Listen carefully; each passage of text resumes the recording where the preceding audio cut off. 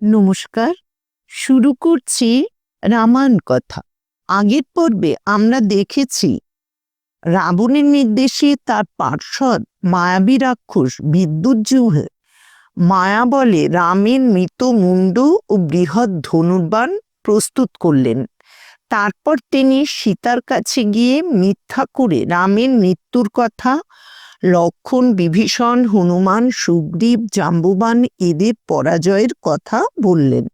সীতাকে আবারও অনুরোধ করলেন তার স্ত্রী হওয়ার জন্য। তখন বিদ্যুৎজিহ্ব রাবণের আজ্ঞায় রামের মায়ামুণ্ড ও ধনুর্বাণ সীতার সামনে রেখে চলে গেল। সীতা প্রকৃত সত্য বুঝতে না পেরে রামের বিবর্ণ মুখমণ্ডল দেখে অচেতন হয়ে পড়ে গেলেন। পরে চেতনা লাভ করে তিনি নানা কথা বলতে বলতে শোক ও বিলাপ করতে লাগলেন এবং রাবণকে বললেন, আমার মৃত স্বামীর উপরে রেখে আমাকে বধ করো, আমি আর বাঁচতে চাই না। রাবণ চলে গেলেন। বিভীষণ পত্নী সরমা রাবণের আদেশে সীতাকে রক্ষা করতেন। তিনি সীতার কাছে এসে বললেন, সীতা, আমি তোমার আর রাবণের সকল কথা শুনেছি। রাবণ সব তোমাকে মিথ্যা বলেছে। রাম মারাও যাননি, হনুমান প্রভৃতি বানর সেনারাও পরাজিত হননি।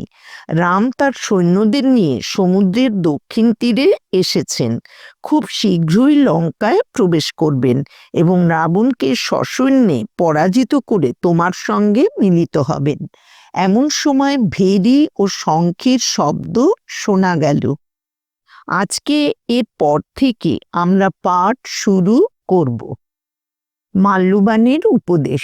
সেই তুমুল শব্দ শুনে রাবণ ক্ষণকাল চিন্তা করে সচিবগণকে বললেন, রামের সাগর উত্তরণ ও বলবিক্রমের কথা তোমরা যা বললে তা শুনেছি। তোমরা যুদ্ধে মহাবল এই আমি জানি। এখন নীরবে পরস্পরের দিকে তাকাচ্ছ কেন? রাবণের মাতামহ মহাপ্রাজ্ঞ মাল্যবান বললেন, যে রাজা বিদ্যাবান ও নীতিপরায়ণ তিনি ঐশ্বর্যশালী হন, শত্রুও শাসন করেন। রাজা যদি শত্রুর অপেক্ষা অধিক বলশালী হন তবেই যুদ্ধ করতে পারেন। যদি হীনবল বা তুল্যবল হন তবে সন্ধি করাই কর্তব্য। রাবণ, রামের সঙ্গে সন্ধি করাই আমি ভালো মনে করি। সীতাকে ফিরিয়ে দাও।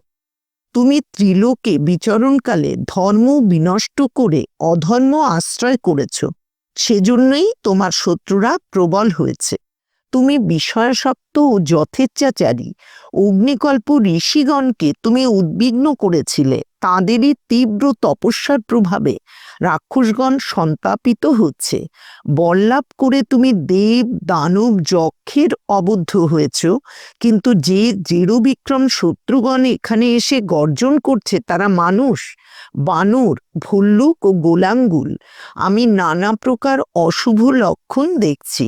মেঘ শোণিত বর্ষণ করছে, অশ্ব হস্তি অশ্রুপাত করছে, সাপদ ও বৃদ্ধ ভীষণ রব করছে।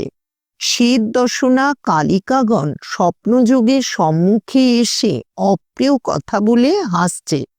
কুকুরগণ পূজার উপকরণ স্পর্শ করছে। মুণ্ডিত মস্তক, করাল দর্শন, কৃষ্ণপিঙ্গল, কালপুরুষ সকলের গৃহে দৃষ্টিপাত করছে। এই সকল দুর্নিমিত্ত বিবেচনা করে তুমি কর্তব্য স্থির করো যাতে পরিণামে মঙ্গল হয়। রাবণ সক্রোধে ভ্রুকুটি করে বললেন, আমার হিত কামনায় শত্রুপক্ষকে বাড়িয়ে আপনি যে অহিত বাক্য বললেন সেরূপ আমি পূর্বে কখনো শুনিনি। পিতা যাকে নির্বাসিত করেছেন, কেবল বানর যার সহায়, সেই দিন মনুষ্য রামকে আপনি ক্ষমতাশালী মনে করছেন কেন? আমি রাক্ষসগণের অধীশ্বর, দেবগণের ভয়প্রদ, সর্ববিষয়ে পরাক্রান্ত আমাকে হীন ভাবছেন কেন? বোধহয় আমার উপর আপনার বিদ্বেষ আছে, অথবা আপনি শত্রুর পক্ষপাতী, অথবা আমাকে যুদ্ধে উৎসাহিত করাই আপনার অভিপ্রায়, তাই এমন কটু কথা বলছেন। দৈবগতিকে রাম সেতুবন্ধন করে এখানে এসেছে, তাতে বিস্ময় বা ভয়ের কারণ কি আছে? আমি প্রতিজ্ঞা করছি সে প্রাণ নিয়ে ফিরবে না। রাবণকে রুষ্ট দেখে মাল্যবান লজ্জিত হয়ে আর উত্তর দিলেন না, জয়ের আশীর্বাদ করে স্বভবনে চলে গেলেন।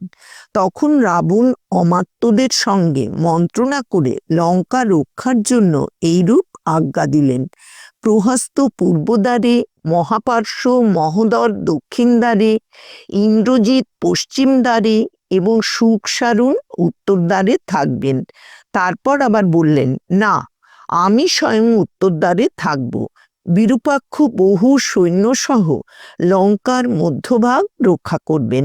এই প্রকার ব্যবস্থার পর সভা ভঙ্গ হল। সুগ্রীব রাবণের যুদ্ধ। সুগ্রীব প্রভৃতি রামের সেনাধ্যক্ষগণ শত্রুরাজ্যে প্রবেশ করে দূর অতিক্রম লঙ্কাপুরী দেখতে পেলেন। বিভীষণ বললেন, আমি আমার 4 অমাত্য অনল, পনস, সম্পাতে ও প্রমতিকে শত্রু সৈন্য পরিদর্শনের জন্য লঙ্কায় পাঠিয়েছিলাম। তারা পক্ষীর রূপ ধরে সেখানে গিয়ে আবার ফিরে এসেছেন।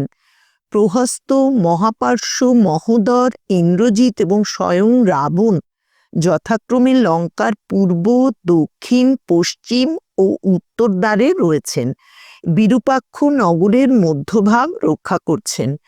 10 সহস্র গজ, অযুত রথ, 2 অযুত অশ্ব এবং 1 কোটিরও অধিক রাক্ষস যোদ্ধা তাদের সঙ্গে আছে।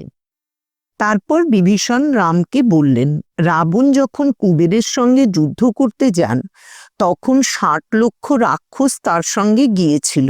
রাম, আমি শত্রুবলের যে বর্ণনা করছি তাতে তুমি ক্রুদ্ধ হও না।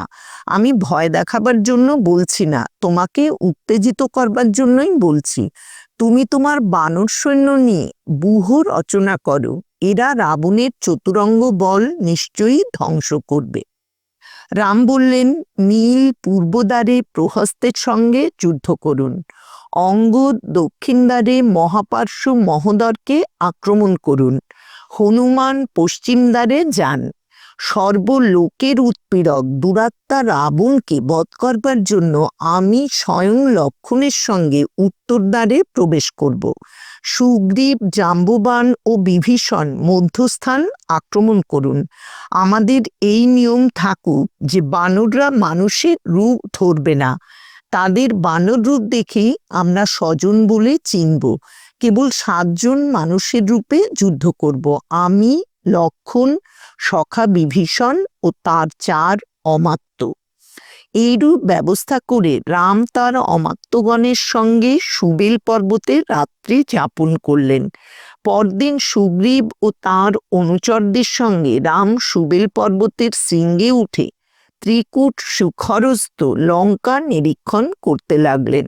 তারা দেখতে পেলেন লঙ্কার গোপুরের শীর্ষে স্বয়ং রাক্ষসরাজ রয়েছেন।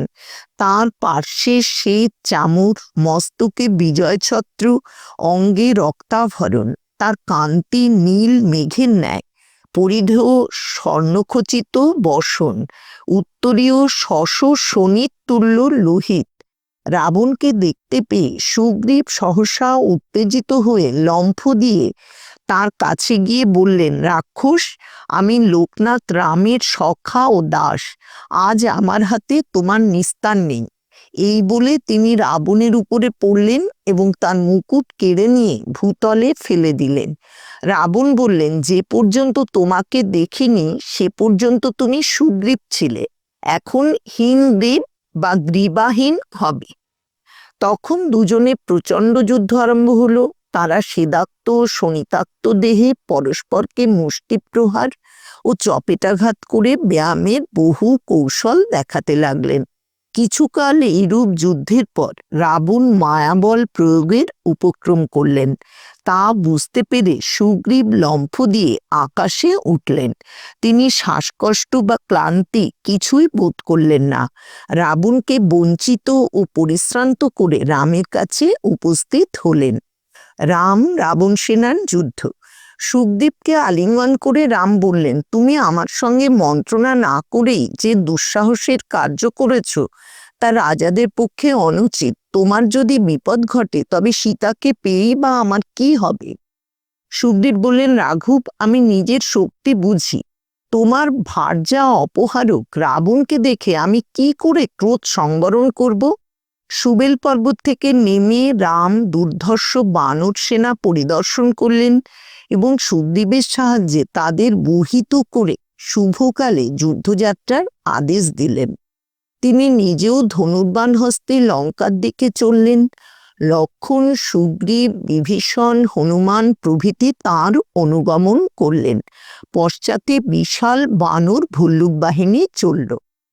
রাম লক্ষ্মণ লঙ্কাপুরীর উত্তরদ্বার আক্রমণ করলেন। আজকের মতো রামায়ণ কথা এখানেই শেষ করছি। ভগবান শ্রী রামচন্দ্রের কৃপা ও আশীর্বাদ আপনাদের সকলের উপর বর্ষিত হোক, এই কামনা করি।